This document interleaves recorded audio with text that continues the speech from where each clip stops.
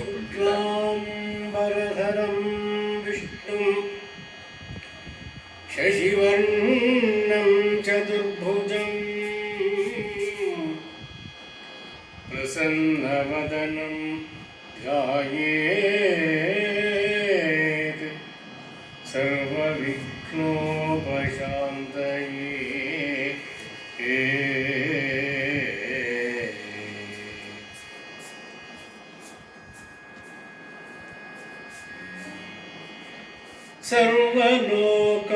सर्वलोकाराध्य पुरगर सर्वनिगमागम अगोचर सर्वनिगमागमके अगोचर सर्वमङ्गलयरस भवहर सर्वशक्तिधरा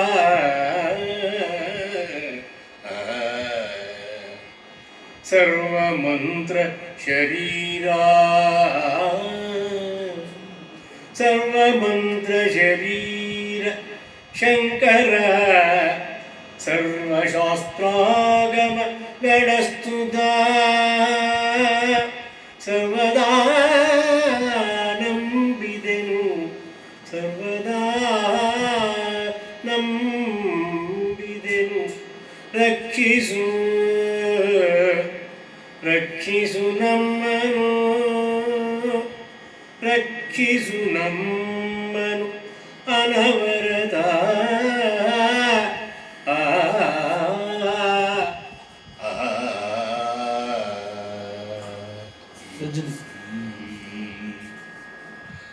वागर्थाविव संप्रक्तौ वागर्थ प्रतिपत्ते जगदर्पितरौ वंदे पार्वती परमेश्वरौ तत्पुरुषाय विद्महे महादेवाय धीमहि तन्नो रुद्रः प्रचोदयात्।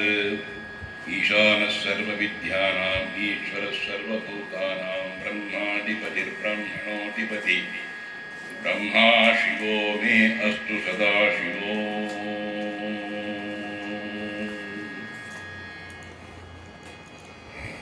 ಸರ್ವಲೋಕಾರಾಧ್ಯ ಎಂದೇ ಕವಿ ಹಾಡ್ತಾ ಇದ್ದಾರೆ. ಶಿವಭಕ್ತಿ ಸಾರದ ಈ ಪದ್ಯದಲ್ಲಿ ನೋಡಿ, ಸರ್ವಮಂಗಳೆಯ ಪತಿಯಾದವನು, ಸರ್ವಮಂಗಳೆ ಆಕೆ ಆದ್ದರಿಂದ ಅವನಿಗೆ ಪತಿಯಾದಮೇಲೆ ಇವನು ಕೂಡ ಸರ್ವಮಂಗಳಕಾರಕನೇ ಹೌದು. ಪುರಹರ ತ್ರಿಪುರ ಸಂಹಾರವನ್ನು ಮಾಡಿದಂಥವನು, ಎಲ್ಲ ಲೋಕದಿಂದಲೂ ಎಲ್ಲರಿಂದಲೂ ಪೂಜ್ಯನಾದವನು, ಸರ್ವ ನಿಗಮಾಗಮಕ್ಕೆ ಅಗೋಚರ. ಇಲ್ಲಿ ಸ್ವಲ್ಪ ನಮಗೊಂದು ಅನಿಸುತ್ತೆ, ಒಂದ್ಸರಿ ಅಗೋಚರ ಅನ್ನೋದು ಒಂದು ಉಂಟು, ಗೋಚರ ಅನ್ನೋದು ಆಗುತ್ತೆ. ಯಾಕೆಂದರೆ ನಿಗಮಾಗಮಕ್ಕೆ ಗೋಚರನೂ ಆಗ್ತಾನೆ, ಅವನು ಅಗೋಚರನೂ ಆಗ್ತಾನೆ, ಅವರವರ ಸಾಧನೆಗೆ ಸಂಬಂಧಿಸಿದಾಗೆ ಅಂತ ಅನ್ನಿಸ್ತಾ ಇದೆ. ಇಲ್ಲಿ ಸಕಲ ವೇದಾಗಮಗಳಿಗೂ ಗೋಚರ ಆಗದವನೇ ಒಮ್ಮೊಮ್ಮೆ ಭಕ್ತಿಯಿಂದ ನಾವು ಯಾವಾಗ ಅವನನ್ನು ಪ್ರಾರ್ಥನೆ ಮಾಡ್ತೇವೋ ಅವನು ಗೋಚರ ಆಗ್ತಾನೆ. ಅಖಿಲಾಂ ನಾಯಕ ವೇದ್ಯೋ ಹರಿಹಿ ಅಂತ ಒಂದು ಶ್ರುತಿವಾಕ್ಯ ಇದೆ. ಆ ರೀತಿಯಾಗಿ ಸಕಲ ಶಕ್ತಿಯನ್ನು ಹೊಂದಿದವನು, ಅದು ಮಾತ್ರ ಬಹಳ ನಮಗೆ ಭವಭಯಹರ ಅನ್ನೋದ್ರ ಜೊತೆಗೆ ಸರ್ವಮಂಗಳಯರಸ ಅನ್ನೋದ್ರ ಜೊತೆಗೂ ಸರ್ವಶಕ್ತಿಧರ ಅನ್ನೋದಿಯಲ್ಲ, ಅದು ನಮ್ಗೆ ಬಹಳ ಬೇಕಾದಂಥದ್ದು. ಸರ್ವಮಂತ್ರ ಶರೀರ, ಅವನೇ ಒಂದು ಮಂತ್ರ, ಅವನೇ ಆ ಶರೀರ, ಅವನೇ ಸರ್ವಸ್ವ, ಅವನೇ ಶಂಕರ. ಶುಭವನ್ನು ಸದಾ ಮಂಗಳವನ್ನು ಸರ್ವದಾ ಉಂಟು ಮಾಡತಕ್ಕಂಥವನು. ಸರ್ವಶಾಸ್ತ್ರ ಆಗಮ ಗಣ ಸ್ತುತ, ಎಲ್ಲ ಆ ಶಾಸ್ತ್ರಗಳು, ಆಗಮ ವಿದ್ಯೆ, ಅದರ ಸಮೂಹ, ಅದರಿಂದ ಸ್ತುತ್ಯನಾಗಿರ್ತಕ್ಕಂಥವನು. ಸರ್ವದಾ ನಂಬಿಹನ್, ಇಂಥವನನ್ನು ನಾನು ನಂಬಿದ್ದೇನಪ್ಪ ಈಶ್ವರ ಶಿವ, ನಮ್ಮನ್ನು ನೀನು ಕೈ ಬಿಡದೆ ಎಡೆಬಿಡದೆ ಅನವರತವು ರಕ್ಷಿಸು ಅಂತ ಬಹಳ ನಮ್ರತೆಯಿಂದ ಕವಿ ಕೇಳಿಕೊಳ್ತಾ ಇದ್ದಾರೆ. ಮೂರು ಮೂರ್ತಿಗೆ ಮೂಲ ಕಾರಣ, ಮೂರು ಗುಣಗಳಿಗಾದಿ ಕಾರಣ, ಮೂರು ಲೋಕದ ಕಾರ್ಯ ಕಾರಣ, ಪಾರ್ವತಿ ರಮಣ.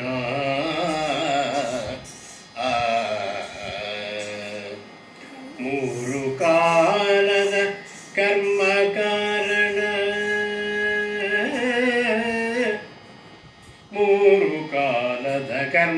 ಕಾರಣ ಮೂರು ವೇದಾಗಮ ಪರಾಯಣ ಮೂರು ಕಣ್ಣಿನ ಮೂರ್ತಿ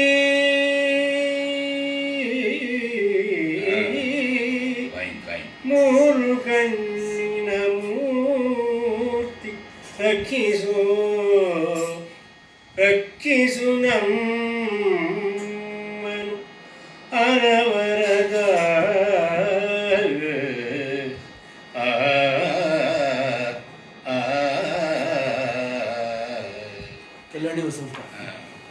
ತ್ರಯ ಅನ್ನೋದು ನಮಗೆ ಯಾವಾಗಲೂ ಮಂತ್ರತ್ರಯ ವೇದತ್ರಯ ಹೀಗೆ ಮೂರು ಮೂರ್ತಿಗೆ ಮೂಲ ಕಾರಣ ಮೂರು ಮೂರ್ತಿ ತ್ರಿಮೂರ್ತಿಗಳಿಗೂ ಮೂಲ ಕಾರಣನಾದವನು ಅವನು ಪರಮೇಶ್ವರ ಪರಶಿವ ಎಂಬತಕ್ಕಂಥ ಅವನು ಮೂಲ ಕಾರಣನಾದವನು ಅವನೇ ಸರ್ವಥಾ ಮೂಲ ಮೂರು ಗುಣಗಳಿಗೆ ಆದಿ ಕಾರಣ ಸತ್ವ ರಜಸ್ಸು ತಮಸ್ಸು ಈ ಮೂರೂ ಗುಣ ಏನಿದೆಯೋ ಅದಕ್ಕೆ ಆದಿ ಕಾರಣ ಆದ್ದರಿಂದ ಅವನನ್ನು ನಾವು ಪ್ರಾರ್ಥನೆ ಮಾಡಿ ಸತ್ವವನ್ನು ಚೆನ್ನಾಗಿ ಇಟ್ಟುಕೊಂಡು ರಜಸ್ಸನ್ನು ಹಾಗೆ ಕಡಿಮೆ ಮಾಡಿಕೊಂಡು ತಮಸ್ಸನ್ನು ಇಲ್ಲವಾಗಿಸಿಕೊಂಡಾಗ ನಮ್ಮ ಬದುಕು ಚೆನ್ನಾಗಿ ಆಗುತ್ತೆ ಅನ್ನೋದಕ್ಕೂ ಕವಿ ಹೇಳ್ತಕ್ಕಂಥ ಒಂದು ಹಿನ್ನೆಲೆ ಒಂದು ನಮಗೆ ಕೊಡ್ತಕ್ಕಂಥ ಮಾತು.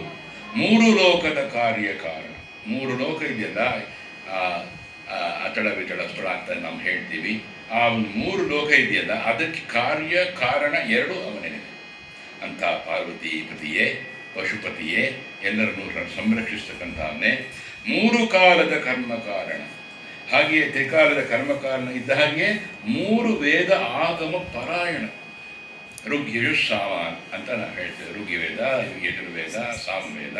ಆ ಯಜುರ್ವೇದದಲ್ಲಿ ಇನ್ನೊಂದು ಶಾಖೆ ಇದೆ ಶುಕ್ಲ ಯಜುರ್ವೇದ ಅಂತ ನಮ್ಮ ಯಾಜ್ಞವಲ್ಕ್ಯರು ಮಾಡಿದ್ದಾರೆ. ಆದರೆ ಇಲ್ಲಿ ನಮಗೆ ಪ್ರಧಾನವಾಗಿ ನಾವು ಋಗ್ಯಜು ಸಾಮಪಾರಕ ಘನವೃತ್ತಿ ಕೃಪಾಮಿಷ್ಟೋ ವಿಂಧ್ಯವತಿ ಪ್ಲವಂಗಮ ಆತಪಿ ಮಂಡಲೈ ಮೃತ್ಯು ಅಂತ ಬರ್ತಾರೆ ಮಂತ್ರಗಳು. ಆದ್ದರಿಂದ ಮೂರು ವೇದ ಆಗಮ ಪಾರಾಯಣ ಅಂತ ಕೀರ್ತಿಸಲ್ಪಟ್ಟವನು ಮೂರು ವೇದಗಳಿಂದಲೂ ಕೂಡ ಅಂಥ ಮುಕ್ಕಣ್ಣ ಮೂರು ಕಣ್ಣಿನ ಮೂರ್ತಿ ನಮ್ಮನ್ನು ಯಾವಾಗಲೂ ರಕ್ಷಿಸು ಎಂಬುದಾಗಿ ಕವಿ ಪ್ರಾರ್ಥನೆಯನ್ನು ಮಾಡ್ತಾ ಇದ್ದಾರೆ ಶಿವಭಕ್ತಿ ಸಾರದಲ್ಲಿ.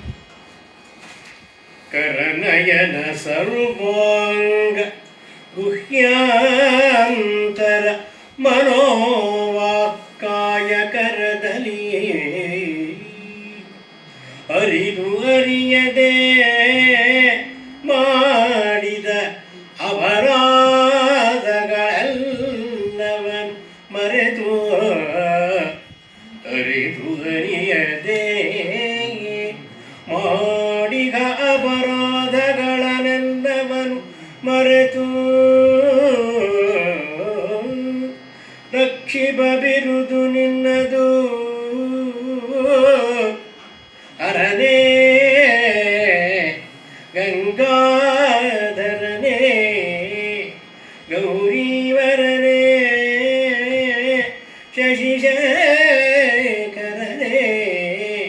ಹರನೇ ಗಂಗಾಧರನೇ ಗೌರೀವರನೇ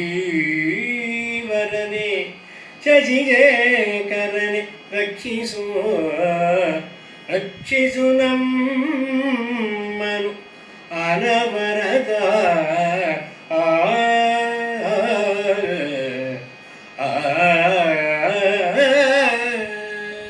ಈ ಕಾವ್ಯವೇ ಭಕ್ತಿಸಾರ ಆದ್ದರಿಂದ ಪ್ರತಿ ಪದ್ಯದಲ್ಲಿಯೂ ನಮ್ಮನ್ನು ರಕ್ಷಿಸು ಎಂಬತಕ್ಕಂಥ ಪ್ರಾರ್ಥನೆ ಗೋಚರವಾಗಿ ಅಗೋಚರವಾಗಿ ಪ್ರಕಟವಾಗಿ ಅಪ್ರಕಟವಾಗಿ ಎಲ್ಲ ರೀತಿಯಲ್ಲೂ ಬರ್ತಾ ಇರುತ್ತೆ. ನಾವು ಅದನ್ನು ಪಡೆದುಕೊಳ್ತೇವೆ.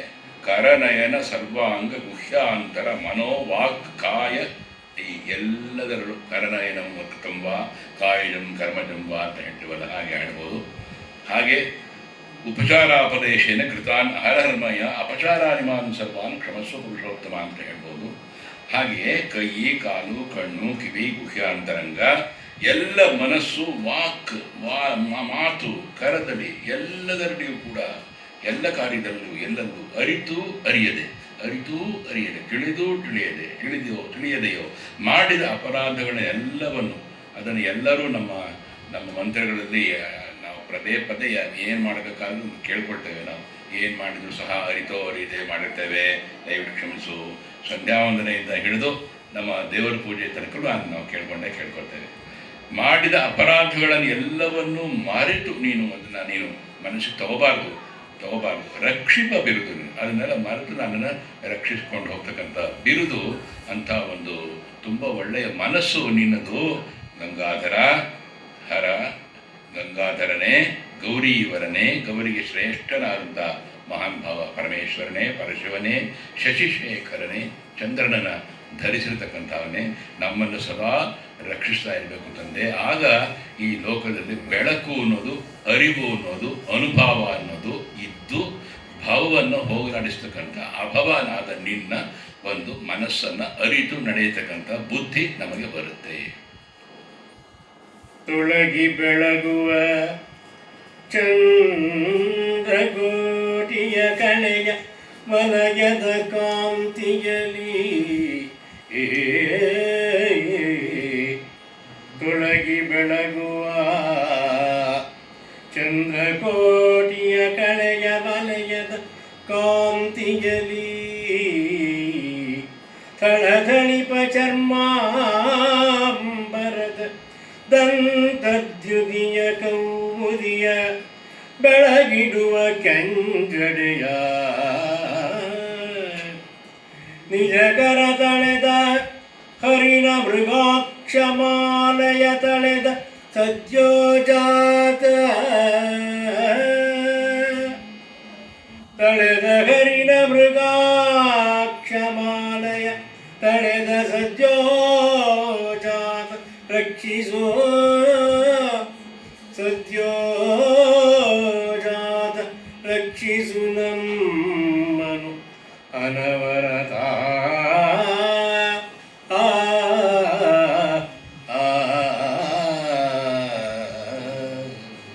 ತೊಳಗಿ ಬೆಳಗುವ, ಎಷ್ಟು ಚೆನ್ನಾಗಿ ಆ ಮಾತು.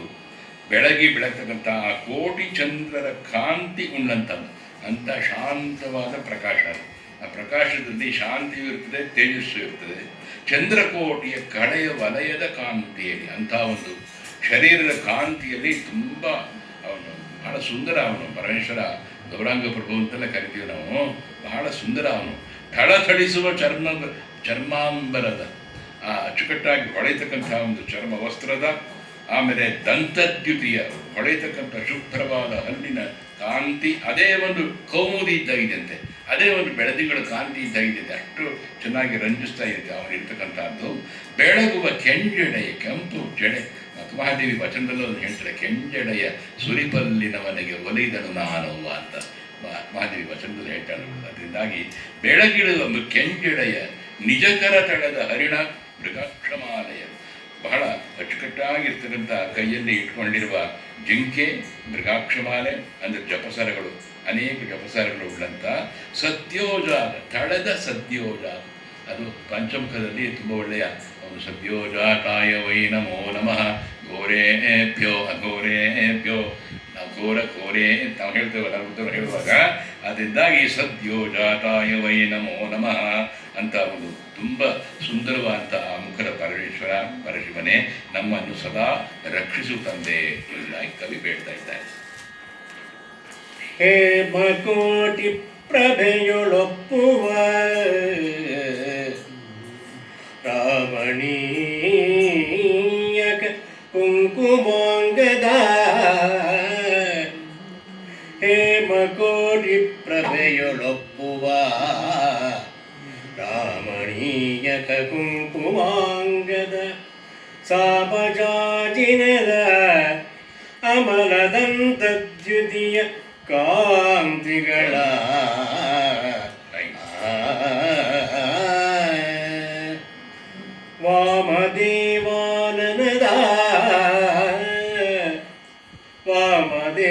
ವಾಮದೇವಾನನದ ಚಂದ್ರಕಳಾ ಬಕುಟ ವರಪರಶಿಧರ ಮಾಲಾ ಮನೋಜ್ಞ ಸ್ವರೂಪ, ಚಂದ್ರಕಳಾ ಬಕುಟ ವರಪರಶಿಧರ ಮಾಲಾ ಮನೋಜ್ಞ ಸ್ವರೂಪ, ರಕ್ಷಿಸು ನಮ್ಮನು, ರಕ್ಷಿಸು ನಮ್ಮನು ಅನವರತ.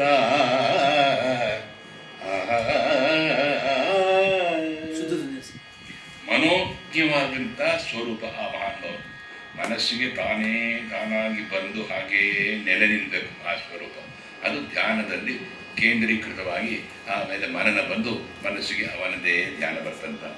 ಹೇಮಕೋಟಿ ಪ್ರಭೆಯೊಳಪ್ಪುವ, ಒಳ್ಳೆಯ ಬಂಗಾರವನ್ನು ಕೋಟಿ ಚಿನ್ನದ ಬಣ್ಣವೇನೋ ಅನ್ನೋ ಹಾಗೆ ಶೋಭಿಸ್ತಕ್ಕಂಥ ಒಂದು ರಾಮಣೀಯ ತುಂಬ ಮನೋಹರವಾದ ಕುಂಕುಮ ವರ್ಣದಿಂದ ಶೋಭಿತನಾದವನು.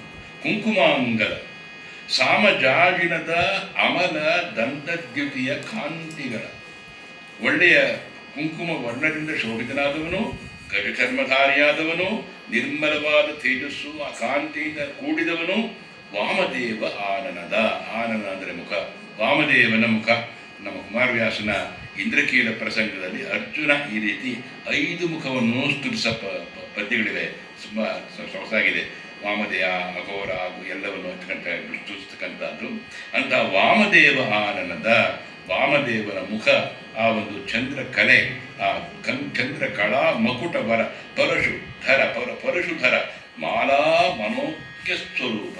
ಆ ಚಂದ್ರಕಲೆಯ ಕಿರೀಟಧಾರಿಯಾಗಿರ್ತಕ್ಕಂಥ ಒಂದು ಶಶಿಮೌಳಿ ಅಂಥ ಶಶಿಶೇಖರ, ಕೈಯಲ್ಲಿ ಜಪಮಾಲೆ, ಸದಾ ಸಾಂಬ ಶಿವ, ಸಹ ಅಂಬ ಶಿವ ಅಂತ. ಸಾಂಬ ಶಿವ ಅಂದರೆ ಅಂಬೆಯ ಒಳಗೂಡಿದವನು ಅಂತ, ಪಾರ್ವತಿ ಒಳಗೂಡಿದವನೇ ಸಾಂಬ ಶಿವ ಅಂತ ನಾವು ಹೇಳ್ತಕ್ಕಂಥದ್ದು. ನೀನು ನಮ್ಮನ್ನು ಯಾವಾಗಲೂ ರಕ್ಷಿಸ್ತಾ ಇರಬೇಕು ತಂದೆ. ಸಾಂಬ ಶಿವನಾಗಿದ್ದಾಗ ಅವನು ನಮಗೆ ಖಂಡಿತ ಶಾಂತಿಯನ್ನೇ ನೀಡ್ತಾನೆ ಅಂತಕ್ಕಂಥದ್ದು. ನೀಲ ಮೇಘದ ಕಾಯಕಾಂತಿಯ, ನೀಲ ಮೇಘದ ಕಾಯಕಾಂತಿಯ ಢಾಳಿಸುವ ದಂಷ್ಟ್ರಾಳಿಗಳ ಮಣಿವಾರಿಗೆಯ ನೂಪುರದ ಪಾಶಾಂಕುಶದ ಡಮರುಗದ ಶೂಲ ಬ್ರಹ್ಮ ಕಪಾಲ ಖಡ್ಗ ಕರಾಳ ನಯನದ ಅಘೋರ ಮುಖನೇ, ಶೂಲ ಬ್ರಹ್ಮ ಕಪಾಲ ಖಡ್ಗ ಕರಾಳ ನಯನದ ಅಘೋರ ಮುಖನೇ, ಅಘೋರ ಮುಖನೇ, ಕೃಪಾಳು ಪರಮೋದಾರ, ಪರಮೋದಾರ ರಕ್ಷಿಸು ನಮ್ಮನು ಅನವರತ.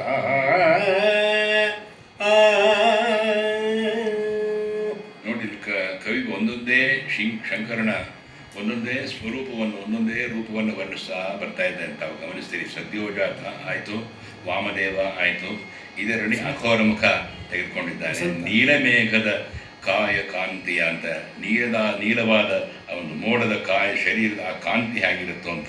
ಅವನು ಬಣ್ಣವೇ ಗೌರಾಂಗ ಪ್ರಭು, ಆದರೆ ಆ ಶರೀರದ ಕಾಂತಿ ಉಳ್ಳಂತಹದ್ದು ನೀಲಮೇಘದ ಶರೀರ ಕಾಂತಿ ತೇಜಸ್ಸು ಉಳ್ಳಂಥ, ಢಾಳಿಸುವ ಒಳ್ಳೆಯ ಹೊಳೆಯತಕ್ಕಂಥ ದಮಷ್ಟ್ರಾಳೆಗಳ ದಂತಕಾಂತಿ ಉಳ್ಳಂಥ, ಮಣಿಮಾಳಿಕೆಯ ನೂಪುರದ ಪಾಶ ಅಂಕುಶದ ಡಮರುಗನ, ಇಷ್ಟೆಲ್ಲ ಅವನು ಇಟ್ಕೊಂಡಿದ್ದಾನೆ.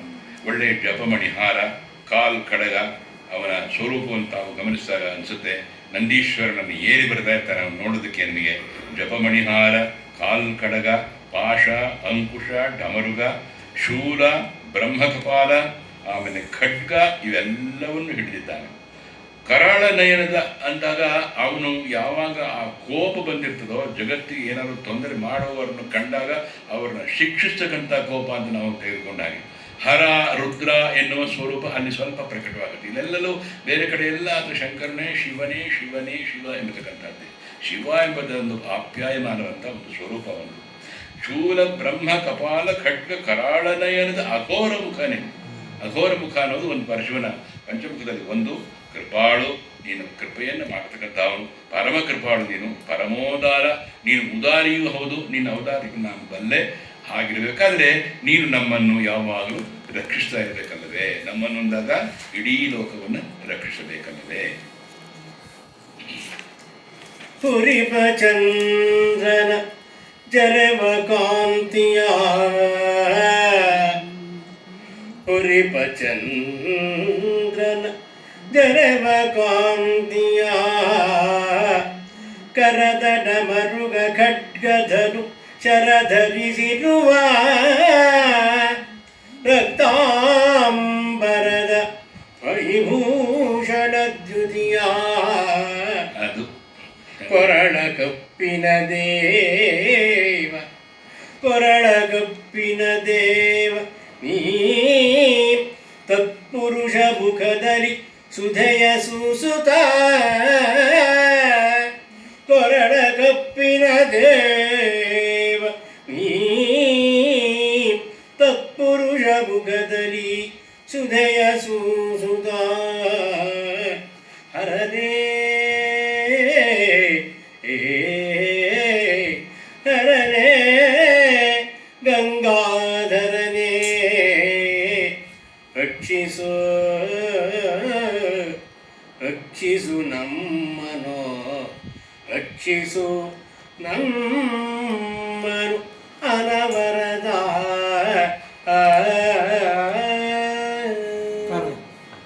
ಹರನೇ ಗಂಗಾಧರನೇ, ಗಂಗೆಯನ್ನು ಧರಿಸಿರ್ತಕ್ಕಂಥವನೇ ಹರನೇ.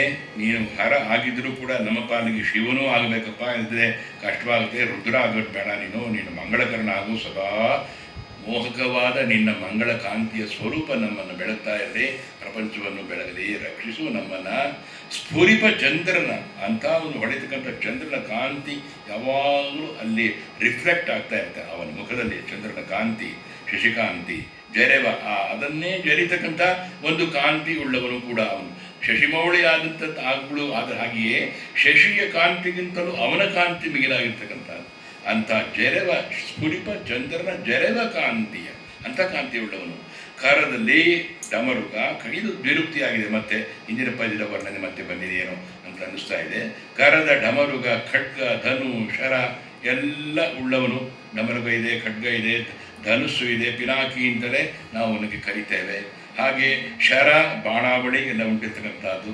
ರಕ್ತಾಂಬರ, ಕೆಂಪು ಬಣ್ಣದ ವಸ್ತ್ರವನ್ನು ಹುಟ್ಟಿದ್ದಾನೆ ಅಂತ ಹೇಳ್ತಾರೆ. ಗಜಚರ್ಮಾಂಬರಧಾರಿ ಅಂತ ಒಂದು ಹೇಳ್ತೇವೆ. ಇಲ್ಲಿ ರಕ್ತಾಂಬರದ ಕೆಂಪು ಬಣ್ಣದ ವಸ್ತ್ರವನ್ನು ಹುಟ್ಟು, ಹಾಗೆಯೇ ಆ ನಾಗಾಭರಣ ಕಾಂತಿಯಿಂದ ಇರ್ತಕ್ಕಂಥ ಒಂದು ಸರ್ಪಭೂಷಣ ಅಂತ ಅವನು ಕರಿತೇವೆ ನೋಡಿ. ಆ ನಾಗಾಭರಣ ಕಾಂತಿಯಿಂದ ಕೊರಳಿನಲ್ಲಿ ಕೊರಳ ಕಪ್ಪಿನ ದೇವ, ಅವನಿಗೆ ಗರಳಕಂಠ ಅಂತದಕ್ಕೆ ನಾವು ಹೇಳೋದು. ಕೊರಳ ಕಪ್ಪಿನ ದೇವ ನೀಲಕಂಠ, ಶ್ರೀಕಂಠ, ಈಶ್ವರ ನೀಂ ತತ್ಪುರುಷ ಮುಖದಲ್ಲಿ. ನಿನ್ನ ಇನ್ನೊಂದು ಮುಖ ಅಘೋರ, ವಾಮದೇವ, ಸದ್ಯೋಜಾತ ಎಲ್ಲ ಹಾಗೆ ತತ್ಪುರುಷ ಎಂಬ ಆ ಮುಖದಲ್ಲಿರ್ತಕ್ಕಂಥ ಪರಮೇಶ್ವರ ಸುದಯ ಸೂಸುತ್ತ ನೀನು ಮಂಗಳದ ಒಂದು ಕಾಂತಿಯನ್ನು ಚೆಲ್ಲುತ್ತಾ ನಮ್ಮನ್ನು ಆಶೀರ್ವದಿಸುತ್ತಾ ಗಂಗಾಧರನೇ ಹರನೇ. ಅದು ಹರನೇ ಅನ್ನೋದು ಮೊದಲು ತಗೊಂಡ್ರೂ ಕೂಡ ಹರ ಅಂದಾಗ ಸ್ವಲ್ಪ ನಮಗೆ ಕಷ್ಟವಾಗುತ್ತೆ. ಅಂದರೆ ಮೊದಲು ಗಂಗಾಧರ ಆಗಿ ತಂಪಾಗಿದ್ದು ನಮ್ಮನ್ನು ರಕ್ಷಿಸಪ್ಪ ಅಂತ ಕೇಳಿಕೊಂಡು ರಕ್ಷಿಸು ನಮ್ಮನ ನವರತ. ಕರದಿ ಧರಿಸಿದ ಖಡ್ಗಧನುಷರ ಹರಿಣ ಶೂರ ಕಪಾಲಗಳ ವಿಸ್ತರದ ಚರ್ಮಾಂಬರದ ಕರದಿ ಧರಿಸಿದ ಖಡ್ಗಧನುಷರ ಹರಿಣ ಶೂರ ಕಪಾಲಗಳ ವಿಸ್ತರದ ಚರ್ಮಾಂಬರದ ಜಡೆಗಳ ವಟ್ಟ ಶಶಿಕಳೆಯ ಕಿರಣ ನಗರಿಯ ಧವಳ ಗಂಗೆಯ ದೊರೆಯ ನಿಭ ಧವಳ ಗಂಗೆಯ ದೊರೆಯ ನಿಭ ಈಶಾನ ವಕ್ರದ ಪರಮ ಶಿವ ಸರ್ವೇಶ ಈಶಾನ ವಕ್ರದ ಪರಮ ಶಿವ ಸರ್ವೇಶ ರಕ್ಷಿಸು ರಕ್ಷಿಸು ನಮ್ಮನು ಅನವರತ.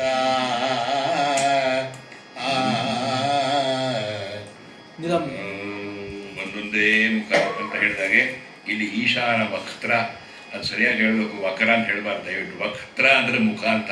ವಕ್ರ ಅಂದರೆ ನಿಮ್ಗೆ ಗೊತ್ತಿದೆ, ಹೇಳಕ್ಕೆ ಹೋಗಲ್ಲ. ಈಶಾನ ವಕ್ತ್ರದ ಪರಮಶಿವ.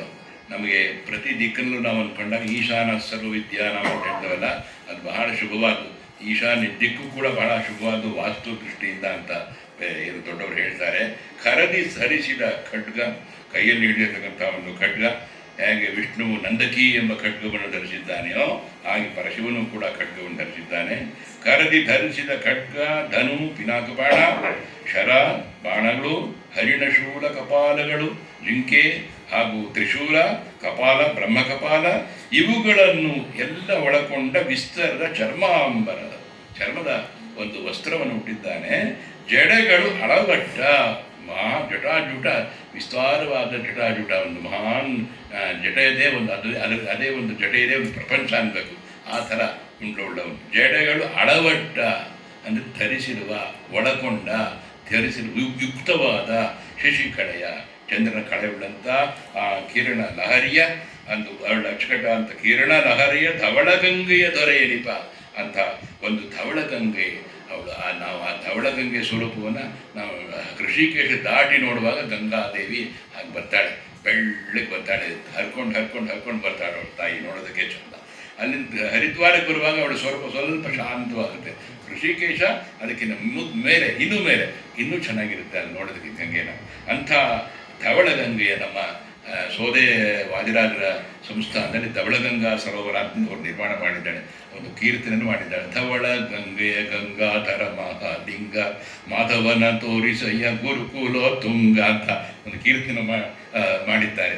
ಧವಳಗಂಗೆಯ ದೊರೆಯನಿಪ ಅಂಥ ಬಿಡಿಯ ಗಂಗೆಯ ಒಡೆಯನೇ ಆಗಿರ್ತಕ್ಕಂಥ ಈಶಾನ ವಕ್ತ್ರ ಅನ್ನೋದನ್ನು ಕರೆಕ್ಟಾಗಿ ಹೇಳಬೇಕು, ದಯವಿಟ್ಟು ಯಾರು ಹೇಳ್ತಾರೋ ಹೇಳೋರು. ಅದರಿಂದಾಗಿ ಈಶಾನ ವಕ್ತ್ರದ ಪರಮಶಿವ, ಈಶಾನ ಮುಖವುಳ್ಳಂಥ ಪರಮೇಶ್ವರ ಸರ್ವೇಶ್ವರ ನಮ್ಮನ್ನು ಯಾವಾಗಲೂ ರಕ್ಷಿಸ್ತಾ ಇರುವುದು. ಅಲ್ಲಿಗೆ ಪಂಚಮುಖ ಈಶಾನ ತ್ರಿನಯನ ಪಂಚಾಕ್ಷರಿಯ ಮೂರುತಿ ಪಂಚವರ್ಣದ ಪಕ್ಷಿ ಪಂಜರದಲ್ಲಿ ತೋರ್ಪಂತೆ, ಪಂಚವರ್ಣದ ಪಕ್ಷಿ ಪಂಜರದಲ್ಲಿ ತೋರ್ಪಂತೆ, ಪಂಚವಿಂಶತಿ ತತ್ವದೇಹದಿ, ಪಂಚವಿಂಶತಿ ತತ್ವದೇಹದಿ ಪಂಚಕೋಶದ ನಡುವೆ ನೆಲೆಸಿ ಪ್ರಪಂಚ ಬೆನಿಸುವ ದೇವರಕ್ಷಿಸೋ ನಮ್ಮನು ಅನವರದ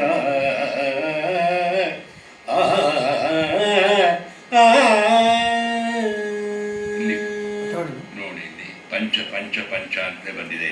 ಪಂಚ ಬ್ರಹ್ಮೋಪನಿಷತ್ತಂತೆ ಒಂದು ಉಪನಿಷತ್ ಶಾಖೆ ಕೂಡ ಇದೆ, ದಶೋಪನಿಷತ್ ಶಾಖೆಯಲ್ಲಿ. ಅದ್ರ ಮೂಲಕ ಪಂಚಬ್ರಹ್ಮೋಪನಿಷತ್ತು, ರುದ್ರೋಪನಿಷತ್ತು, ತಲವಕಾರೋಪನಿಷತ್ತು, ಹೀಗೆ ಪಂಚಮುಖ ಇದ್ದಂಥ ಈಶ್ವರನು ಅವನನ್ನು ಹೀಗೆ ಕವಿ ಒಂದೊಂದೇ ಮುಖವನ್ನು ಹೊರಡಿಸ್ಕೊಂಡು ಬಂದಿದ್ದಾನೆ. ಈಗ 5 ಮುಖಕ್ಕೆ ಹೇಳ್ತಾ ಇದ್ದಾನೆ.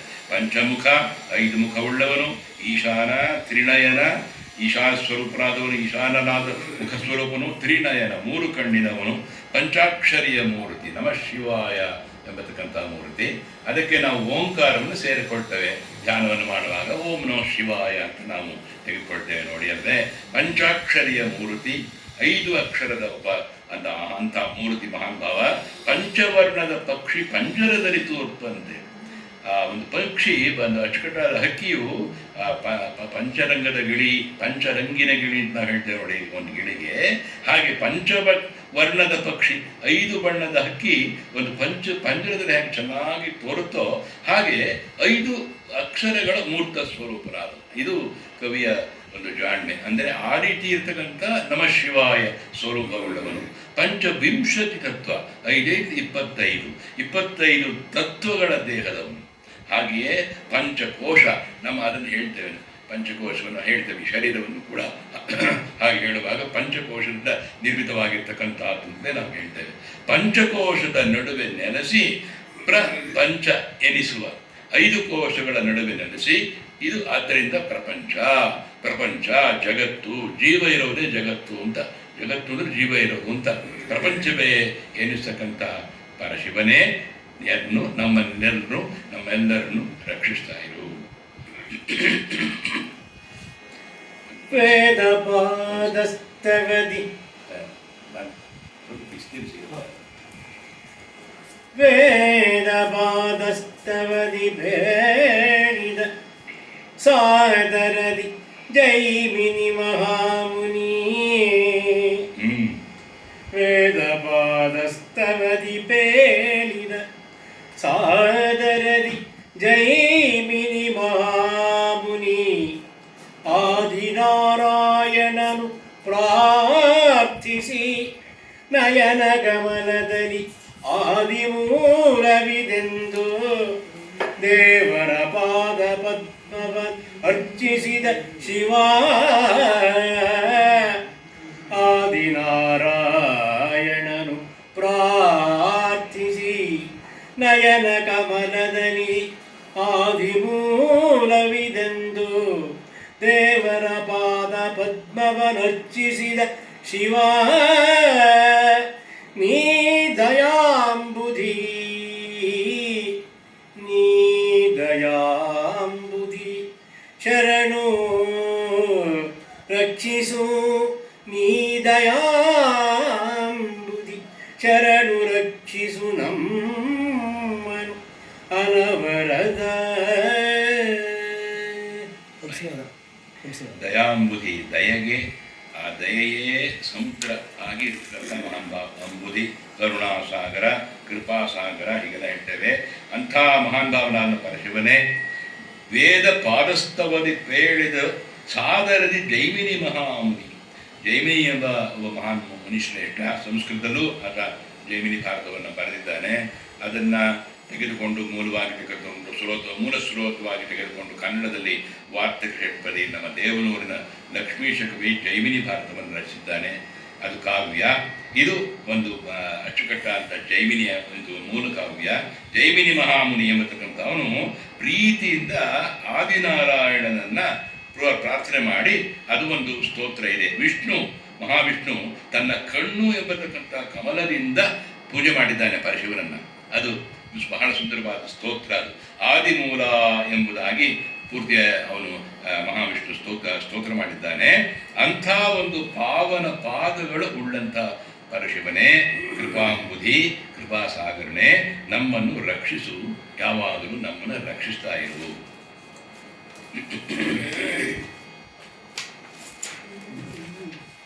ಮೂರು ಲೋಕಗಳಿಗೆ ಅಧಿಪತಿ ಶೂರ ಪದ್ಮಾಸುರನ ದಳಪತಿ.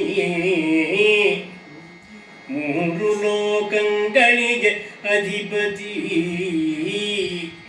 ಶೂರ ಪದ್ಮಾಸುರನ ದಳಪತಿ. ತಾರಕಾಸುರನೆಂಬ ಧನುಜನ ಕಂಡು ಕದಿಗೊಂಡು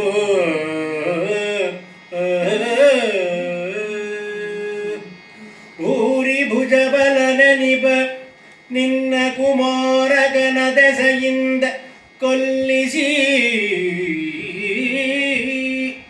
ಭೂರಿ ಭುಜಬಲನೆನಿಬ ನಿನ್ನ ಕುಮಾರಗನ ದೆಸೆಯಿಂದ ಕೊಲ್ಲಿಸಿ.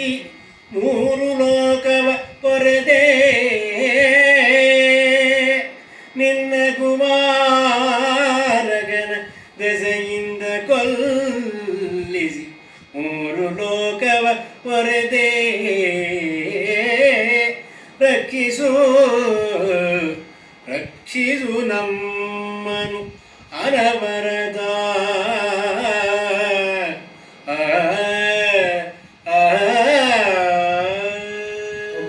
ತಾರಕಾಸುರ ಸಂಹಾರವನ್ನು ಕುರಿತಂತ ಪ್ರಸಂಗವನ್ನ ಕವಿ ತಂದಿದ್ದಾರೆ ನೋಡಿ. ಮೂರು ಲೋಕಗಳಿಗೆ ಅಧಿಪತಿ, ತಾನೇ ಅಧಿಪತಿ ಎಂಬ ತುಂಬ ದೊಡ್ಡ ದುರಹಂಕಾರದಿಂದ ಇದ್ದಂತಹ ಶೂರ ಪದ್ಮಾಸುರನನ್ನ, ಆ ಶೂರನನ್ನು ದಳಪತಿಯಾಗಿ ಉಳ್ಳಂಥ ತಾರಕ ಎಂಬತಕ್ಕಂಥ ರಾಕ್ಷಸ. ತಾರಕಾಸುರ ಸಂಹಾರಕ್ಕೇನೆ ನಮ್ಮ ಶಿವಪಾರ್ವತಿಯರ ಸಂಗಮ ಆಗಬೇಕು ಅನ್ನೋ ದೇವಾನ ದೇವತೆಗಳ ಆಸೆ ಆಗಿತ್ತು. ಅವರಿಬ್ಬರ ಸಮಾಗಮದಿಂದ ಜನಿಸ್ತಕ್ಕಂಥ ತಾರಕಾಸುರನೇ ಅವನು ಸೇನೇಶನಾಗಿ ದೇವಸೇನೇಶನಾಗಿ ತಾರಕಾಸುರನನ್ನು ಕೊಲ್ಲಬೇಕು ಸುಬ್ರಹ್ಮಣ್ಯ ಆಗಿ ಅಂತ. ಆ ತಾರಕಾಸುರನೆಂಬ ರಾಕ್ಷಸನನ್ನು ಕಂಡು ಧನುಜನ ಕಂಡು ಕತಿಗೊಂಡು ತುಂಬ ಮಹಾ ಕೋಪದಿಂದ ಭೂರಿಭುಜ ಬಲ ನೆನಪ ನಿನ್ನ ಕುಮಾರಕನ ಆ ಒಂದು ನಿಮ್ಮ ಮಹಾಪರಾಕ್ರಮಶಾಲಿಯಾದ ಸುಬ್ರಹ್ಮಣ್ಯ ಕುಮಾರಸ್ವಾಮಿ, ಆ ಕುಮಾರಸ್ವಾಮಿಯಿಂದ ಅವನ್ನ ತಾರಕಾಸುರನನ್ನು ಕೊಲ್ಲಿಸಿ 3 ಲೋಕಗಳನ್ನು ರಕ್ಷಿಸತಕ್ಕಂಥ ಪರಶಿವನೇ ಜಗದೀಶ್ವರ, ನೀನು ನಮ್ಮನ್ನು ರಕ್ಷಿಸಬೇಕು. ಯಾವಾಗಲೂ ಧನುಜ ಸಂಹಾರ ಆಗ್ತಾ ಇರಬೇಕು, ಮನುಜ ಕೀರ್ತಿ ಮೆರಿತಾ ಇರಬೇಕು. ಆಗಲೇ ಧರ್ಮ ಉಳಿತಕ್ಕಂಥದ್ದು, ಕೆಟ್ಟ ಕರ್ಮ ಹೋಗ್ತಕ್ಕಂಥದ್ದು ಅನ್ನೋದು ಕವಿಯ ಒಂದು ಬಯಕೆ ಅಂತ ನಾವು ತಿಳ್ಕೊಳ್ತೇವೆ ನೋಡಿ.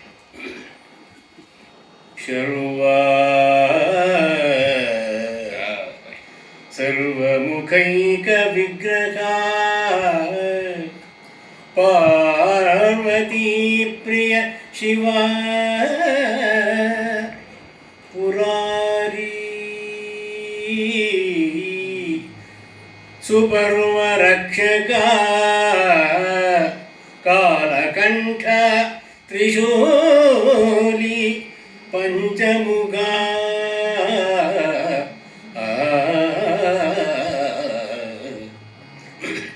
ಉರ್ವಿ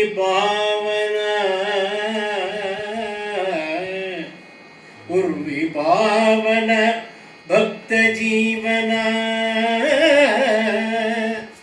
ಪೂರ್ವ ಸಂಚಿತ ಪಾಪನಾಶನ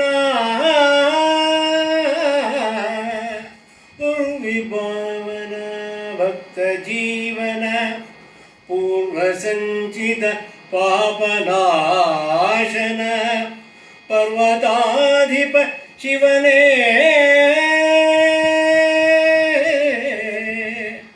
ಪರ್ವತಾಧಿಪ ಶಿವನೇ ರಕ್ಷಿಸೋ ಶಿವನೇ ರಕ್ಷಿಸು ನಮ್ಮನು ಅನವರತ ರಕ್ಷಿಸೋ. ಶರ್ವ ಮಹಾನ್ ಅವನು ಸರ್ವಾಯ ನಮಃ ಶಿವಾಷ್ಟೋತ್ರಲ್ಲೇ ಮಹೇಶ್ವರಾಯ ನಮಃ, ಶಂಭುವೇ ನಮಃ, ಪಿನಾಕಿನೇ ನಮಃ, ಶಶೇಖರಾಯ ನಮಃ, ವಾಮದೇವಾಯ ಬಂದಾಗೆ ಶರ್ವ ಅನ್ನೋದು ನಾಮಾವಳಿ. ಶರ್ವ ಸರ್ವಮುಖೈಕ ವಿಗ್ರಹ, ಸರ್ವಮುಖನಾದ ಏಕಸ್ವರೂಪನಾದಂಥ ಮಹಾನ್ ಮೂರ್ತಿಯುಳ್ಳವನು, ಮಹಾನ್ ಮೂರ್ತಿಯವನು. ಪಾರ್ವತಿ ಪ್ರಿಯ, ಸರ್ವದಾ ಸರ್ವಮಂಗಳೆಯ ಪ್ರಿಯನಾಗಿ ಇರ್ತಕ್ಕಂಥವನು. ಮಂಗಳೆಯ ರಮಣ, ಪಾರ್ವತಿ ಪ್ರಿಯ, ಪಾರ್ವತಿಗೆ ತುಂಬ ಪ್ರಿಯನಾದವನು. ಶಿವ ಎಂಬತಕ್ಕಂಥ ಆ ಒಂದು ಅಚ್ಚುಕಟ್ಟಾದ ರಾಮ ಇದೆಯಲ್ಲ, ಶಿವನಾಮ ಅನ್ನೋದೇ ಒಂದು ಜಗತ್ತನ್ನು ಪಾಲಿಸ್ತಕ್ಕಂಥದ್ದು. ಪುರಾರಿ ತ್ರಿಪುರವನ್ನು ಸಂಹಾರ ಮಾಡಿದವನು. ಸುಪರ್ವ ರಕ್ಷಕ, ಅಚ್ಚುಕಟ್ಟಾಗಿ ಎಲ್ಲವನ್ನು ಅಚ್ಚುಕಟ್ಟಾಗಿ ಪಾಲಿಸ್ತಕ್ಕಂಥವನು. ಕಾಲಕಂಠ, ಅದನ್ನು ಕಾಲ ಅಂದರೆ ಕಪ್ಪು ಕಂಠ ಅಂತ ತಗೊಂಡ್ರೆ, ಅಥವಾ ಗರುಡ ಕಂಠ ಅಂತ ತಗೊಂಡ್ರೆ, ಅಥವಾ ನೀಲಕಂಠ ಅಂತ ತಗೊಂಡ್ರೆ ಕಾಲಕಂಠ, ನೀಲಕಂಠನಾದವನೇ.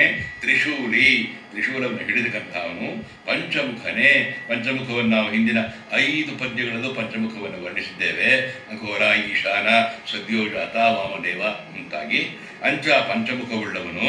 ಉರ್ವಿ ಪಾವನ, ಉರ್ವಿ ಅಂದರೆ ಭೂಮಿ, ಜಗತ್ತು, ಪ್ರಪಂಚ, ಇಡೀ ಜಗತ್ತನ್ನು ಪಾವನಗೊಳಿಸ್ತಕ್ಕಂಥವನು.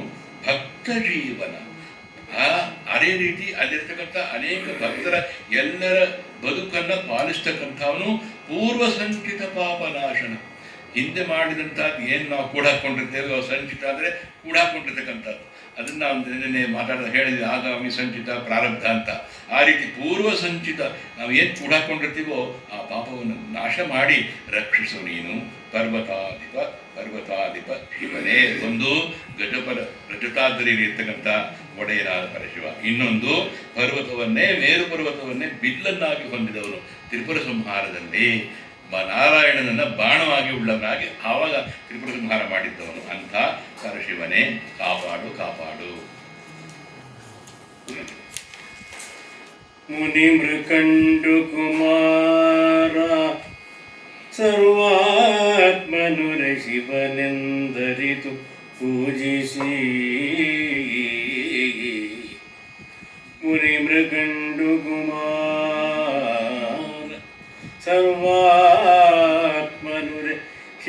ಶಿವನೆಂದರಿತು ಪೂಜಿಸಿ ಜನನ ಮರಣವ ಕಳೆದು ನಿಂದಿಗನಯ್ಯ ಸ್ಥಿರವಾಗಿ ದನದ ನಚ್ಚಿಸಿ ಭಜಿಸಿ ಪಡೆದನು ದನದ ನಚ್ಚಿಸಿ ಭಜಿಸಿ ಪಡೆದನು ಕನಕಮಣಿ ಮೊದಲಾದ ನಿಧಿಗಳ ದನದ ನಚ್ಚಿಸಿ ಭಜಿಸಿ ಪಡೆದನು ಕನಕಮಣಿ ಮೊದಲಾದ ನಿಧಿಗಳ ಜನಜನಿತವರಿತಿರನು ರಕ್ಷಿಸು ರಕ್ಷಿಸು ನಮ್ಮನು ರಕ್ಷಿಸು ನಮ್ಮನು ಅನವರತ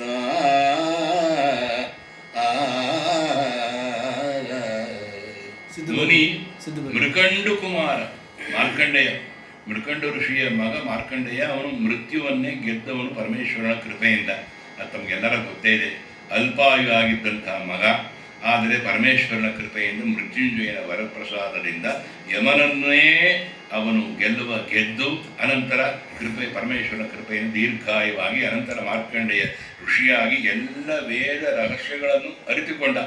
ಅವನಿಗೆ ಎಷ್ಟು ಜನ್ಮ ಆದರೂ ಸಾಕಲ್ವಂತೆ. ಕೇಳಿದ್ರೆ ಕೇಳಿದ್ರೆ ಕಾಲನಾದವನು ಬಂದು ಕೇಳಿದ್ರೆ ಇಲ್ಲ ಇನ್ನೊಂದು ಸ್ವಲ್ಪ ಇದೆ ನಾನು ಕಲಿಯೋದು ಅಂತ ಹೇಳ್ತಾ ಇದ್ರಂತೆ. ಅಂಥ ಮಾರ್ಕಂಡೇಯ ಋಷಿಯವನು ಅವನದೇ ಒಂದು ಉಪನಿಷತ್ತು ಇದೆ, ಮಾರ್ಕಂಡೇಯ ಉಪನಿಷತ್ತು ಇರತಕ್ಕಂಥದ್ದು. ಮುನಿ ಮೃಕಂಡು ಕುಮಾರ ಮಾರ್ಕಂಡೇಯನು ಸರ್ವಾತ್ಮನು ಮಹಾಭಾವನಾದವನು ನಿನ್ನನು ಉರೆ ಶಿವನೆಂದರಿತು, ನಿನ್ನನ್ನು ಯಾವಾಗಲೂ ಅದಕ್ಕೆ ನಾವು ಹೇಳಿದ್ರೆ ಚಂದ್ರಶೇಖರಮಾಶ್ರಯೇ ಮಮ ಕಿಂಕರಿಷ್ಯತಿ ವಯ್ಯಮ, ಅದು ಮಾರ್ಕಂಡೇಯ ಮಾಡಿರ್ತೀನಿ ಸ್ತೋತ್ರ. ಅದು ಸರ್ವಾತ್ಮನು ಉರೆ ಶಿವನೆಂದು ಅರಿತು ನಿನ್ನನ್ನು ಪೂಜಿಸಿ ಪರಮೇಶ್ವರ ನೀನೇ ಎಂಬುದಾಗಿ ಅರಿತುಕೊಂಡು ಪೂಜಿಸಿ ಜನನ ಮರಣ ಕಳೆದು ನಿಂದಿಹನಯ್ಯ ಸ್ಥಿರವಾಗಿ, ಈ ಒಂದು ಸಾವು ಹುಟ್ಟು ಎಲ್ಲರನ್ನೂ ಕಳೆದುಕೊಂಡು ಸ್ಥಿರವಾಗಿ ಇದ್ದಾನೆ ಮಾರ್ಕಂಡೇಯ. ನಿಂದಿಹನಯ್ಯ ಸ್ಥಿರವಾಗಿ, ಆದರೆ ಸ್ಥಿರವಾಗಿ ನಿಂತಿರುವುದಕ್ಕೂ ಸಾರ್ಥಕಪಡಿಸ್ಕೊತಾ ಇದ್ದಾನೆ ಜನ್ಮವನ್ನು. ಆ ಒಂದು ಅಚ್ಚುಕಟ್ಟಾಗಿ ಅವನ ನಿನ್ನ ಪೂಜೆಯಿಂದ ಸ್ಮರಣೆಯಿಂದ ಧನದನು ಅರ್ಚಿಸಿ, ಧನದನು ಅಂದರೆ ಕುಬೇರ ಅಂತ, ಧನದನು ಅಂದರೆ ಧನಕ್ಕೆ ಒಡೆಯ ಕುಬೇರ. ಧನದನು ಅರ್ಚಿಸಿ ಭಜಿಸಿ ಪಡೆದನು ಕನಕಮಣಿ ಮೊದಲಾದ ನಿಧಿಗಳು. ನಿನ್ನ ಕೃಪೆಯಿಂದಲೇ ನಿನ್ನನ್ನು ಒಂದು ಅಚ್ಚುಕಟ್ಟಾದ ಆಶೀರ್ವಾದದಿಂದ ಚಿನ್ನಾರನ್ನ ಅನೇಕ ಒಂದು ನಿಧಿಯನ್ನು ಕುಬೇರ ಪಡೆದುಕೊಂಡ ಎಂಬುದು ಎಲ್ಲರಿಗೂ ಗೊತ್ತು. ಜನಜನಿತವೂ ಇದು ಅರಿತಿರಲು, ಇದು ಜನಜನಿತ ಎಲ್ಲರಿಗೂ ಗೊತ್ತಿದೆ ಅಲ್ವೇ? ಅಂಥ ಪರಮೇಶ್ವರನೇ ನಮ್ಮನ್ನು ಸದಾ ರಕ್ಷಿಸು. ಯೇಸು ಜನ್ಮದ ಪುಣ್ಯ ಫಲವೋ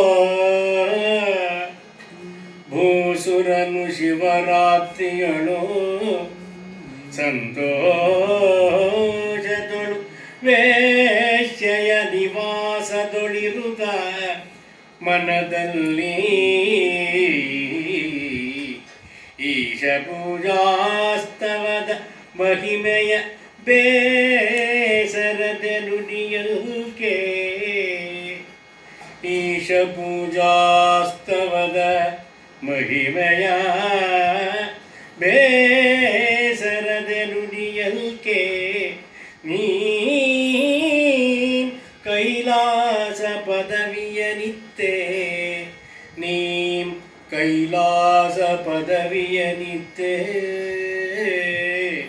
ರಕ್ಷಿಸೋ ರಕ್ಷಿಸೋ ನಮ್ಮನು ಅನವರದ.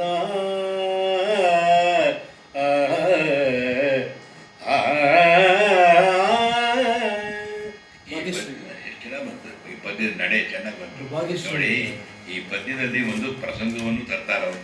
ಯೇಸು ಜನ್ಮದ ಪುಣ್ಯ ಅಲ್ಲಿ ಎಲ್ಲಿದ್ದರೇನೋ ಪರಮೇಶ್ವರನ ಧ್ಯಾನದಲ್ಲಿ ಅವನಿದ್ದಕ್ಕೆ ಒಳ್ಳೆದಾಯ್ತು. ಅದೇ ಇನ್ನೊಬ್ಬ ಅವನು ಮಜವಾಗಿರ್ತಾನೆ ಅಂತ ಅಂದ್ಕೊಂಡಿದ್ದ, ಅವನಿಗೆ ನರಕ ಪ್ರಾಪ್ತಿ, ಇವನಿಗೆ ಕೈಲಾಸ ಪರಮೇಶ್ವರ ಕೃಪೆಯಿಂದ ಆಯಿತು. ಅದಕ್ಕೆ ಎಲ್ಲಿದ್ದರೇನೋ ಅವನ ಧ್ಯಾನದಲ್ಲಿದ್ದಲ್ಲ ಅವನು. ಯೇಸು ಜನ್ಮದ ಪುಣ್ಯ ಫಲವು, ಯಾವ ಪುಣ್ಯದ ಫಲವಪ್ಪ ಇದು? ಭೂಸುರನು ಆ ಬ್ರಾಹ್ಮಣ ಶಿವರಾತ್ರಿಯಳು ಅವನು ಮನಸ್ಸನ್ನು ಬಿಟ್ಟು ಎಲ್ಲಿ ಹೋಗಬಾರದು ಅಂತಹ ಶಿವರಾತ್ರಿಯಲ್ಲಿ ಅಂಥ ಕಡೆ ಹೋಗಿದ್ದಾನೆ ವೈಶ್ಯ ನಿವಾಸದಲ್ಲಿ ನಿರುತ್ತ. ಆದರೆ ಮನದಲ್ಲಿ ಈಶ ಪೂಜಾಸ್ತವದ ಮಹಿಮೆಯ, ಆದರೆ ಮನಸ್ಸು ಮಾತ್ರ ಅಯ್ಯೋ ನಾನು ಈಗ ಬಂದ್ಬಿಟ್ನೆ, ಇನ್ನೊಂದು ತಪ್ಪಲ್ವೇ ಈಶ್ವರನ ಪೂಜೆ ಮಾಡ್ತಕ್ಕಂಥ ಸಂದರ್ಭ ಯಾಮದಲ್ಲಿಯೂ ಅವನನ್ನು ಅರ್ಚಿಸಬೇಕಾದ್ದು, ನಾನು ಇಲ್ಲಿದ್ದೀನಲ್ಲ ಇಂಥ ಕಡೆ ಅನ್ನೋ ಒಂದು ರೀತಿಯಲ್ಲಿ ಅವನ್ನೇ ಮತ್ತೆ ಮತ್ತೆ ಧ್ಯಾನಿಸ್ತಾ ಇರ್ತಕ್ಕಂಥ ಈಶ ಪೂಜಾಸ್ತವದ ನಿರ್ಮಲ ಶೈವೋ ಒಂದು ಅಚ್ಚುಕಟ್ಟಾಗಿ ನಾವು ಹೇಗೆ ಕುಮಾರವ್ಯಾಸರು ಕೇಳ್ತೇವಲ್ಲ ಆ ರೀತಿ ಈಶ ಪೂಜಾಸ್ತವದ ಮಹಿಮೆಯ ಬೇಸರದೆ ನುಡಿಯಲಿಕ್ಕೆ ಅಲ್ಲ, ಬೇಸರವಿಲ್ಲದೆ ನುಡಿಯಲಿಕ್ಕೆ ಯಾವಾಗಲೂ ನೀನು ಸ್ಮರಣೆ ಮಾಡ್ತಾ ಇರ್ಬೇಕಾದ್ರೆ ನೀನು ಅವನು ಎಲ್ಲಿದ್ದರೇನು ನಿನ್ನನ್ನು ಧ್ಯಾನ ಮಾಡ್ತಾ ಇದ್ದಲ್ಲ, ಆದ್ದರಿಂದ ಅವನನ್ನು ಕೈಲಾಸ ಪದವಿ ಕೊಟ್ಟು ನೀನು ರಕ್ಷಿಸಿದೆ ಅಲ್ಲದೆ, ಆದ್ದರಿಂದ ನಿನ್ನ ಧ್ಯಾನ ಎಲ್ಲಿದ್ದರೇನು ಅದು ಮುಖ್ಯ ಅಂತ ಕವಿ ನಮಗೆ ಎಚ್ಚರಿಸ್ತಾ ಇದ್ದಾರೆ. ನಮ್ಮನ್ನು ನೀನು ರಕ್ಷಿಸಬೇಕು.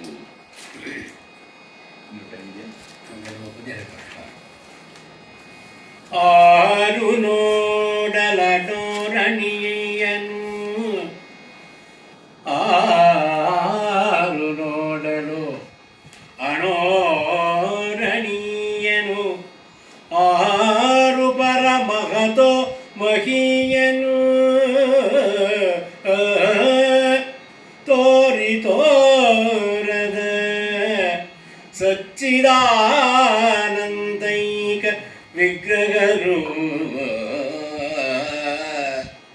ಮೂರವಸ್ಥೆಯ ಮೀರಿ ಸಹಜಾಕಾರ ಜ್ಯೋತಿರ್ಮಯನ ನಿಪ ಕಾಮಾರಿ,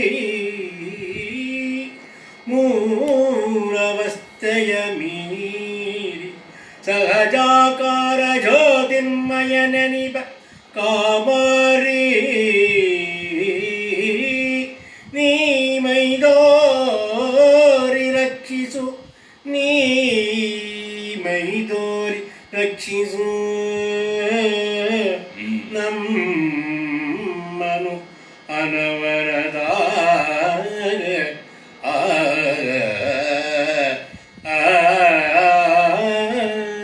ಎಲ್ಲಿ ಪರಮಾತ್ಮ ಶಿವನನ್ನು ಪ್ರಾರ್ಥಿಸ್ತಾ ಇದ್ದಾನೆ ಕವಿ.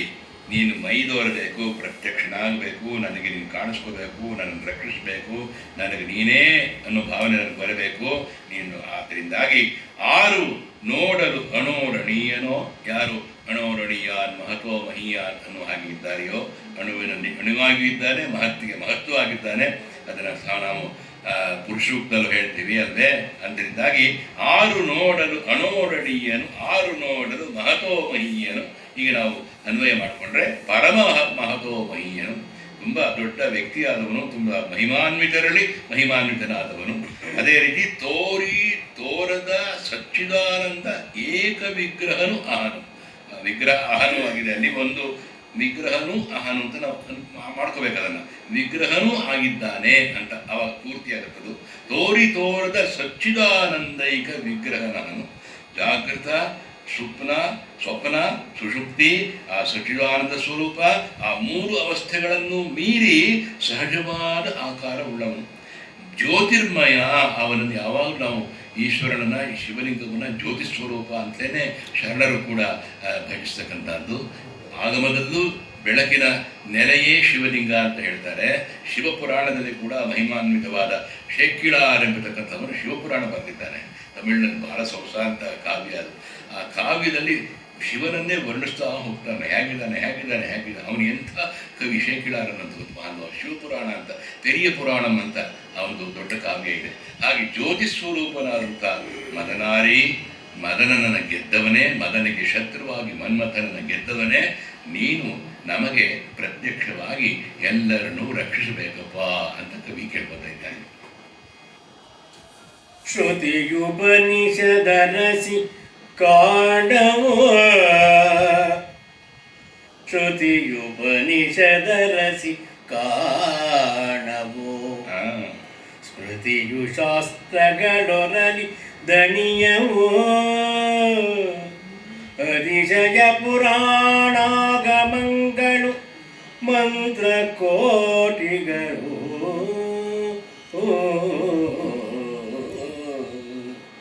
ಸತತ ಪೊಗಳುವ ಸತತ ಪೊಗಳುವವು ಅಂಬಿಕಾಪತಿ ಗಣಪಶೂನಾಂಪತಿಯೇ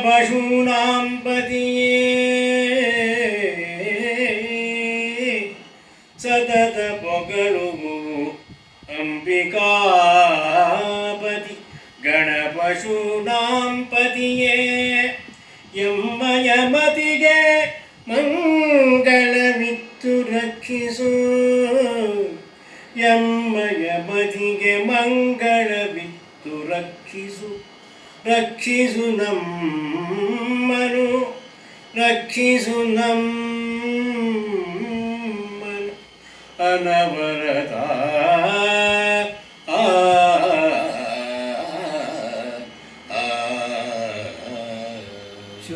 ಎಷ್ಟು ಚೆನ್ನಾಗಿ ಕವಿ ಕೇಳ್ಕೊತಾ ಇದ್ದಾನೆ. ನಾವು ಇರೋದು ಅಂತದ್ದು ಸ್ಥೂಲ ದೇಹ ಅದಲ್ಲ, ಸೂಕ್ಷ್ಮ ದೇಹವಲ್ಲ, ಮೃಣ್ಮಯ ದೇಹ, ಚಿನ್ಮಯ ದೇಹ ಎಲ್ಲವನ್ನೂ ಸ್ವರೂಪ ಅವನನ್ನು ಇಟ್ಕೊಂಡು ಮತಿಗೆ ಮಂಗಳವಿತ್ತು. ಆ ಬುದ್ಧಿ ನಮಗೆ ಕಾಪಾಡ್ತಾ ಇರಬೇಕು, ಯಾವಾಗಲೂ ಒಳ್ಳೆಯ ಮತಿ ಇರಬೇಕು ಅಂತ. ಶ್ರುತಿಯು ಉಪನಿಷತ್ತು ಅರಸಿ ಕಾಣವು. ಶ್ರುತಿ ಸ್ಮೃತಿ ಪುರಾಣ ಇತಿಹಾಸ ಯಾವುದೇ ಉಪನಿಷತ್ತು ಸ್ಮೃತಿ ಶಾಸ್ತ್ರಗಳು ವರದಿ ದಣಿಯವು. ಕಾಣಿಸುವುದು ಅವುಗಳಿಗೆ ಕಾಣುವುದೂ ಇಲ್ಲ, ಕಾಣೋದು ಕಷ್ಟ. ವರದಿ ದಣಿವು ಎಷ್ಟು ಅವಳು ಹೇಳಿದರೂ ಅಷ್ಟೇ. ಅತಿಶಯ ಪುರಾಣ ಆಗಮಗಳು ಅನೇಕ ಪುರಾಣ, ಅಷ್ಟಾದಶ ಪುರಾಣ ಅಂತ ಹೇಳ್ತೀವಿ. ಹಾಗೆ ಅನೇಕ ಪುರಾಣಗಳು, ಶಿವಾಗಮ ಶಾಸ್ತ್ರವೇ ಇದೆ, ಆಗಮ ಬೇರೆ ಬೇರೆ ಆಗಮವೂ ಇದೆ. ಅಂತಹ ಆಗಮಗಳು, ಮಂತ್ರಕೋಟಿಗಳು, ಬೇಕಾದಷ್ಟು ಮಂತ್ರ ಉಪನಿಷತ್ತು, ಆ ಮಂತ್ರದ ಸಮೂಹ ಇದೆ. ಸತತ ಪೊಗಳುವು ಯಾವಾಗಲೂ ಅಂಬಿಕಾಪತಿ ಗಣಪಶೂನಾಂಪತಿಯೇ ಎನ್ನಯ ಮತಿಗೆ ಮಂಗಳವಿತ್ತು ಅಂತ ಕೇಳ್ಕೊತಾ ಇದ್ದೀನಿ ಅಂತ ಎಲ್ಲವೂ ಕೂಡ. ನಾನು ಅದನ್ನು ನಾವು ಕೇಳ್ಕೊತಾ ಇದ್ದೇನೆ. ಇದು ಕವಿಯ ಒಂದು ಪ್ರಾರ್ಥನೆ. ಎಲ್ಲವೂ ಹೇಗೆ ಅವುಗಳು ನಿನ್ನನ್ನು ಹೊಗಳುತ್ತವೆಯೋ ಪ್ರಶಂಸಿಸುತ್ತವೆಯೋ, ನಿನ್ನಯ ಮಹಾತ್ಮೆಯನ್ನು, ಹಿರಿಮೆಯನ್ನು, ಮಹಿಮೆಯನ್ನು ಹಾಡಿ ಹೊಗಳುತ್ತವೆಯೋ, ಹಾಗೆ ನನ್ನನ್ನು ನೀನು ನಾನು ಕೇಳ್ಕೊತಾ ಇದ್ದೇನೆ. ನನಗೆ ತೋಚಿದ ಮಟ್ಟಿಗೆ ನಾನು ಪ್ರಾರ್ಥನೆ ಮಾಡ್ತಾ ಇದ್ದೇನೆ. ನನ್ನಯ ಮತಿಯನ್ನು ನಿರ್ಮಲಗೊಳಿಸು, ಮತಿಗೆ ಮಂಗಳವನ್ನು ಇಟ್ಟು ನಮ್ಮನ್ನು ರಕ್ಷಿಸು ಎಂಬುದಾಗಿ ಕವಿ ಮತ್ತೆ ಮತ್ತೆ ಕೇಳ್ಕೊತಾ ಇದ್ದಾನೆ. ಸುಧೆಯ ರುಚಿಯನು ಸುರರು ಚಂದಮನುದಿಸುವದನು ಚಕೋರ ಸಂತತಿ. ಸುಧೆಯ ರುಚಿಯನು ಸುರರು ಚಂದ್ರಮನುದಿಸುವದನು ಉದಿಸುವುದನು ಚಕೋರ ಸಂತತಿ. ಪದುಮವನವನು ಹಂಸಗಳು ಪುರುಷನನು ಕುಲವನಿದೆ.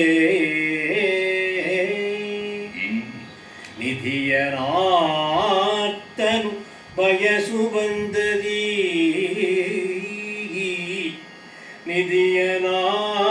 ನಿಧಿಯನಾತ್ತನು ಬಯಸು ಬಂದದಿ. ಹೃದಯದೊಳು ನಾಂ ನಿನ್ನ ನೆನೆವೆನು. ಹೃದಯದೊಳು ನಾಂ ನಿನ್ನ ನೆನೆವೆನು. ಮದನರಿಪೋ ಮದನರಿಪು ಮೈದೋರಿ ರಕ್ಷಿಸು. ಮದನರಿಪು ಮೈದೋರಿ ರಕ್ಷಿಸು ನಮ್ಮನು ಅನವರದ.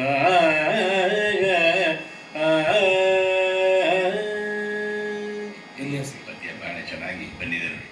ಸುಧೆಯ ರುಚಿಯನ್ನು, ಅಮೃತದ ಸವಿಯನ್ನು ಸುರರು, ದೇವತೆಗಳು ಹೇಗೆ ಬಯಸ್ತಾರೋ, ಹೇಗೆ ಆಸ್ವಾದಿಸ್ತಾರೋ, ಹಾಗೆ ಚಂದ್ರಮನು ಉದಿಸುವುದನ್ನು ಚಕೋರ ಸಂತತಿ ಹೇಗೆ ಬಯಸುತ್ತವೆಯೋ. ನಮ್ಗೆ ವಸಂತದ ಬರುತ್ತೆ ನೋಡಿ, ಚಕೋರಂಗೆ ಚಂದ್ರಮನ ಬೆಳಕಿನ ಚಿಂತೆ, ಅಂಬುದಕ್ಕೆ ಭಾನುವಿನ ಉದಯದ ಚಿಂತೆ, ಎನಗೆ ನಮ್ಮ ಕುಡಲ ಸಂಗನ ನೆನೆಯುವುದೊಂದೇ ಚಿಂತೆ ಅಂತ ಶರಣರು ಬಯಸುವ ಹಾಗೆ, ಸುಧೆಯ ರುಚಿಯನ್ನು ಹೇಗೆ ಸುರರು ಬಯಸುತ್ತಾರೆಯೋ, ಚಂದ್ರಮನ ಕಾಂತಿಯನ್ನು ಉದಿಸುವುದನ್ನು ಚಕೋರ ಸಂತತಿ ಹೇಗೆ ಬಯಸುತ್ತದೆಯೋ, ಅದೇ ರೀತಿ ಪದುಮವನವನ್ನು ಹಂಸೆಗಳು, ಅಂಚೆಗಳು, ಆ ಹಂಸಗಳು ಪದ್ಮವನವನ್ನು, ಕಮಲದ ಒಂದು ವನವನ್ನು ಹೇಗೆ ಹಂಸಗಳು ಬಯಸುತ್ತವೆಯೋ, ಅದೇ ರೀತಿ ಕವಿ ಹೇಳ್ತಾನೆ, ಪುರುಷನನ್ನು ಕುಲವನಿತೆ.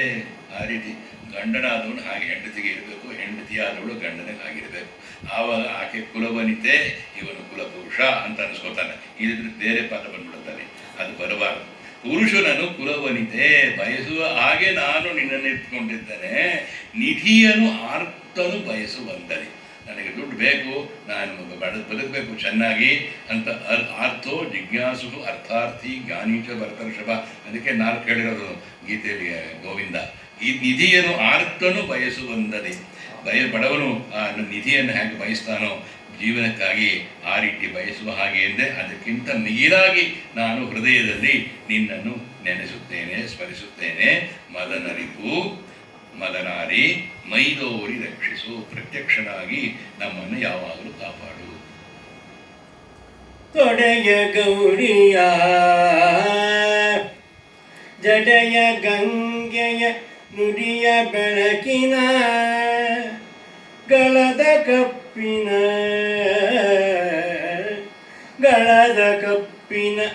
ಹಿಡಿದ ಶೂಲದ ಎಡಗಡೆಯ ಹುಡುಗುಡಿ ಬಡ ಮರುಗದ ಮುಡಿಯ ಚಂದ್ರನ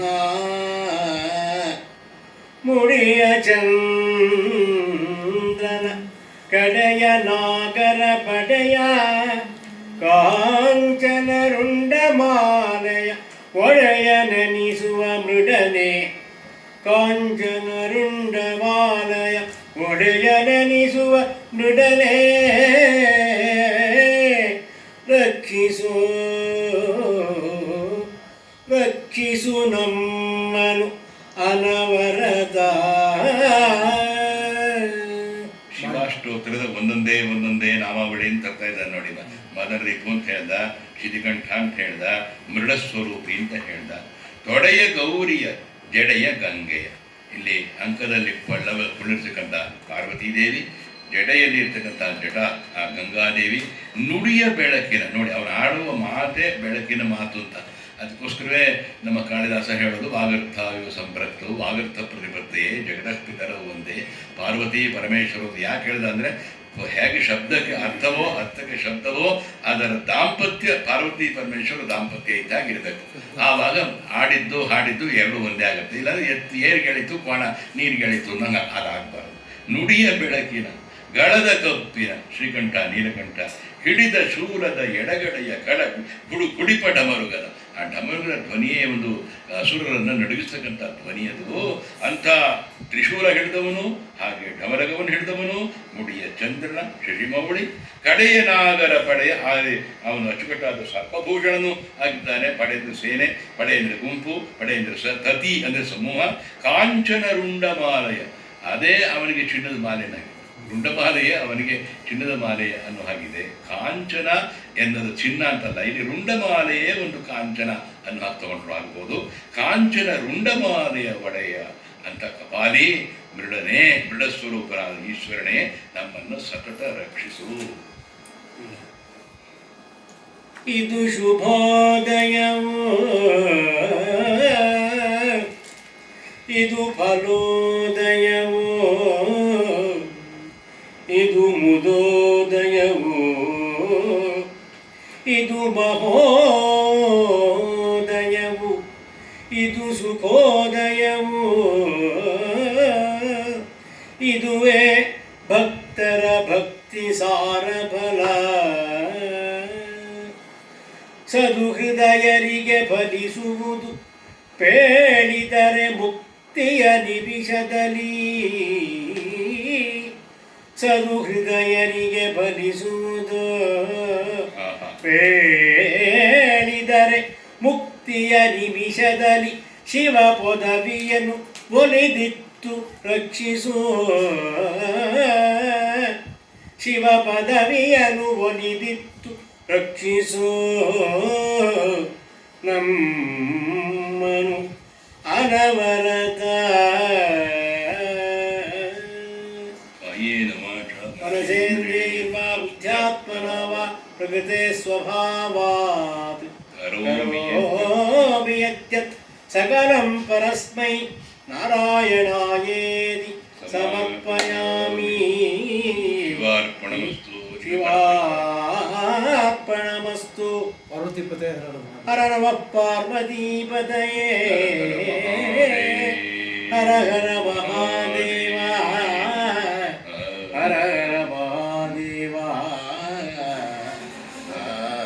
ಸರ್ವೇ ಜನಾ ಸುಖಿನೋ ಭವಂತು, ಸಮಸ್ತ ಸನ್ಮಂಗಲಾನಿ ಭವಂತು.